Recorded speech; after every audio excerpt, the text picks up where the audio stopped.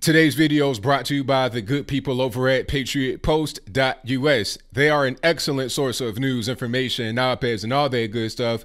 And a link for them will be in the description box. So when you head over there and subscribe, tell them that ABL sent you. The Democrats got to do better than what we saw tonight. There was nothing I saw tonight that would be able to take Donald Trump out, and I want to see a Democrat in the White House as soon as possible. There was nothing tonight that if you're looking at this thing, you say any of these people are prepared for what Donald Trump is going to do to us.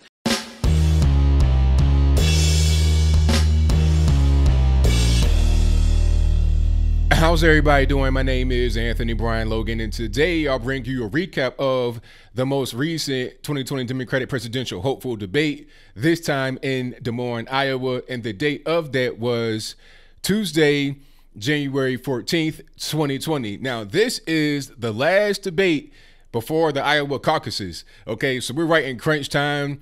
There's still quite a few people trying to become the president, or at least the nominee on the Democratic side, but we don't really know who the nominee is going to be. But the primaries are nearly upon us, so we got to go ahead and get putting and figure it out. But I digress. Before I even get into it, I need to tell you who was on the stage.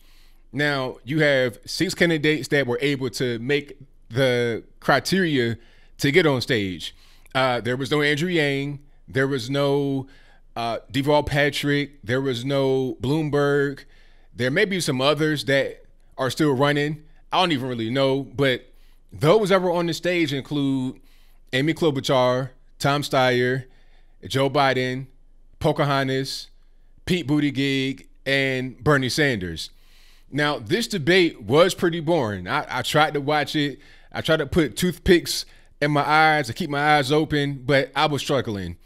I was watching the debate halfway, but really I was just reading what was going on. That's what I really prefer to do sometimes. Like, sometimes I don't even like watching the news. I'll just read it, and I'm able to get from it what I want rather than having to spin and all the other BS. Now, this was put on by CNN. That's why I didn't stream it last night, because I'm sure they would have strike my stream down, but different story.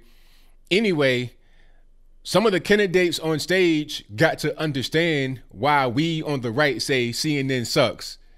There was a particular point where one of the quote unquote moderators asked about the whole kerfuffle between Bernie Sanders and Pocahontas.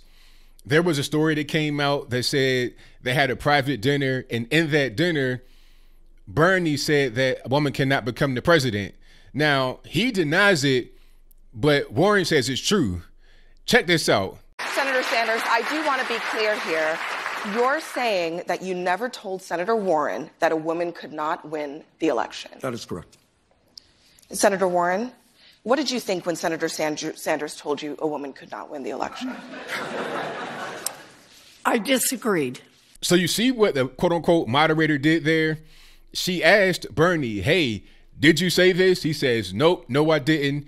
A total denial, not even a, well, maybe, I don't recall, I don't remember. None of that. He said, no, I didn't. Immediately after that, she says to Elizabeth Warren, how did you feel when he said that? Not even, how did you feel when he allegedly said it? You know, none of that. Or is he telling the truth? Is he lying? Just totally dismissing whatever he's got going on. I thought that was pretty tacky, to be quite honest with you. But hey, it is what it is. That's how CNN operates. And I'm glad that Bernie Sanders was able to get a small taste of it. And I'm glad that those on Twitter were able to see it as well. There was a hashtag trending called CNN is trash. It's like you finally realize why we say it over here now, but I digress. The point is that CNN did not do a very good job, nor did anybody on stage. Going back to Bernie and Pocahontas, after the debate was over, they did not shake hands. I think Bernie went up to her to try to shake her hand, but she was kind of like this, and it was kind of a tense confrontation. Now, I don't know what the whole thing is. Like, why taking this so personal? Pocahontas might not be built for this role because she can't even get over a simple thing that may or may not have been said during dinner. It's like, come on, you got to be really built for this. You can't be getting all butthurt and triggered, okay? But that was an interesting moment. That was probably one of the more interesting moments of the whole debate, but we'll move right along. The typical topics were covered here. They talked about Iran first and foremost. And of course, the blame was put on Trump. Orange man bad. You did it. You're responsible. You're heightening tensions, as if there have not been high tensions over there for a very long time. I mean, the whole Iran controversy and beef between them and us is not a new thing. It's not like, oh, all of a sudden Trump comes into office and now there's a problem with Iran. There's been a problem with Iran for years and years and years and years. This is not Trump's fault. This has been going on for a long time. Now, you could say it's somebody else's fault that was around 40 years ago or more, or you could talk about Islam and some other things going on with the general region, but don't try to say it's a guy's fault that came into it while the fight was already happening. It doesn't make any sense. But that was the general thing about Iran. It's Trump's fault. He heightened it. They were talking about nuclear weapons. People on stage, I think Buttigieg was talking about, no, I would not allow them to get a nuclear weapon, but Trump went about it wrong. I don't know what they're going to do to prevent a nuke from happening. Even with the Iran nuclear deal, there was no guarantee that they would not be able to procure a nuke by purchasing it or just by not adhering to the deal. Okay, because that's kind of what some of these rogue nations do. But we'll move on. Trade was brought up here. They talked about the USMCA. Most of the Democrats approved of it. Bernie Sanders did not, because he's a communist, and we all know about that. We all saw that guy talking about gulags, all this, that, and the third, but I'll move on. He didn't really agree with it. He's talking about multinational corporations, this, that, and the third. A lot of the Democrats appreciated the changes in the USMCA, so score one for the current administration, for Trump and the whole team over there. They're doing a good job at being bipartisan, if I'm not mistaken. That's what it appears to be, although Bernie does not necessarily agree with that. Overall, there wasn't really a whole lot here with trade. Like I said, you know, I got to have toothpicks in my eyes. I'm halfway falling asleep, slobbing on myself and everything else. It was kind of boring. But anyway, healthcare was brought up here. Some Democrats like Buttigieg want to have the individual mandate. They want to keep Obamacare or some semblance of it. Then you have those like Bernie Sanders, Pocahontas. They're saying, let's have free healthcare for all. I think maybe even Joe Biden said something like that, if I'm not mistaken. But definitely Bernie and Pocahontas, they want to have free healthcare for all, a free pony, a free dog, a free car, a free house, all that good stuff. You know, I'm exaggerating, but you understand what I'm saying. They want all these free things. Now, when it comes down to how are you going to pay for it, Bernie Sanders was coming up kind of light and was not really able to tell you how are you going to pay for these ambitious initiatives. All right. So again, nothing really new here. Healthcare has been on the minds of many for a long time. I think the main thing that Americans want is the ability to choose what they want and to have the highest quality healthcare. When you don't have a whole lot of choice, when you're talking about single payer, individual mandate, the quality of it goes down, as well as the cost, even if you get it for free, because there are other costs that you pay in different ways that are not directly in your healthcare bill. But we'll move on. It took them a long time to get to impeachment. I felt like they were trying to hide this debate because, first of all, it's on CNN. I don't want to see anything on CNN, but beyond it being on CNN, it was at 9 p.m. on a Tuesday. It's like, come on, people got to go to work. They got kids. What are you doing, 9 p.m.?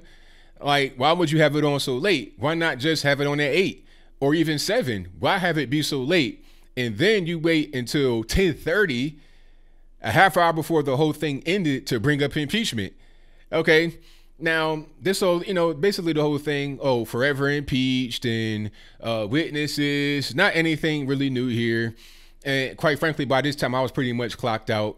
But it took them a long time to get to impeachment. One thing was interesting here.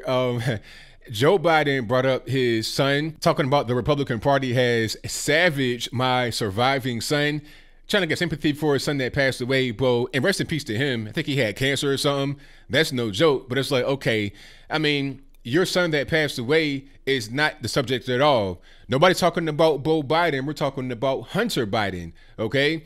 Just because Beau Biden passed away does not mean that Hunter Biden is somehow immune from any kind of scrutiny, especially when you, Joe Biden, were the vice president while he was getting money from Ukraine.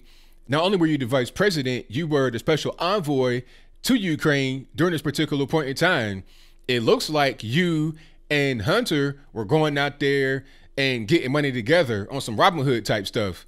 even though you guys both rich still, but different story. You guys are basically going out here getting these underhanded deals using your name, using your influence. Okay. And that is the whole thing that the impeachment is centered around. So don't try to say that the Republicans are savaging your son when everything's already out there. We know that he does not have experience in the gas or energy industry, period. Yet he was getting paid between 50 and 80 grand per month from a Ukrainian company that has the largest energy company in Ukraine. And it was funny to see them talk about climate change at a particular point in this debate. You know, they're all talking about we got to do some things now. Bernie was saying the climate change is imminent. It's happening right now. I'm going to make changes right now. And of course, Tom Steyer has appointed himself as the patron saint of climate change during the presidential debates. He's talking about all things we got to do, and we got to spend all this money, is that and the third. It's interesting how they're all focused on climate change, but nobody decided to call out Joe and his son Hunter for getting money from the biggest energy company in Ukraine. That was hilarious. That lets me know that this whole climate change alarmism is not really real. It's not real. It's all about just trying to control people. Bernie talking about controlling forks and knives and straws, that and the third. Meanwhile, in California, they get free needles to shoot heroin. Ridiculous. They want to control certain things when it benefits them. When it does not benefit them, they'll totally ignore it, as is the case of Joe and his son Hunter. They'll even go as far as trying to say that they're the victim when anybody questions them on it. But that's pretty funny how these things work. Overall, like I said, a pretty boring debate, not a whole lot going on. The main thing that I took away from it is what Van Jones said at the very beginning of this video. I don't see anything here. Nothing moved the needle. Nobody that was on stage has a chance to actually win. Andrew Yang got endorsed by Dave Chappelle. That's not going to help. The Democratic establishment obviously does not want him to be there, nor do they want Bernie Sanders, really, or any of the Senate Democrats. But that's a different story, and I digress. The point is that the Democrats pretty much know who they want to be there. Certain TV networks know who they want to be there. It looks to me like CNN wants Pocahontas, Elizabeth Warren. They gave her the most talking time. They're asking loaded questions against people like Bernie Sanders and others. You know, they're just highlighting how she is doing well, how Bernie is not really the guy. It looks like they wanted her to win. Now, the Democrats, on the other hand, like I said, they're going to pretty much tie up the Senate Democrats with the impeachment hearing because it has to go to the Senate. And once it's in the Senate, the senators must be there 5-6 days a week at their desk going through this whole process. But I think I'll leave that right there for now. And what say you? Who do you think actually won the debate here? Was there a winner? To me, there was no winner. People say Amy Klobuchar, but I don't really know. I mean, I think still Donald Trump won. He had a rally last night. People were watching that rather than the debates. There was nobody really at the debates as far as people that were in the crowd talking about it's a small venue, yeah, because you can't fill up a big venue. Nobody wants to see that, really, okay? Especially not in Des Moines, Iowa. You're not in a big city. But that's a different story. It was really nothing here, nothing to see. The main thing that I saw is how disjointed some of these people are. Joe Biden came across, again, low energy. If he's going to be the guy, if he's going to be the front runner, expect more of this as time progresses, and it may get worse because he's going to have a ramped up touring schedule to keep up with Donald Trump. The energy is going to be at an all-time low. Once the debates happen, oh man, it's going to be really bad for anybody that's on stage, especially a Joe Biden. But who do you think is going to be the nominee? Has anything changed from the debate that you may or may not have seen last night? Whatever your comments are, please let me know in the comments below. And that's all I got to say for this video. If you like what you heard, please comment, rate, share, and subscribe. Peace.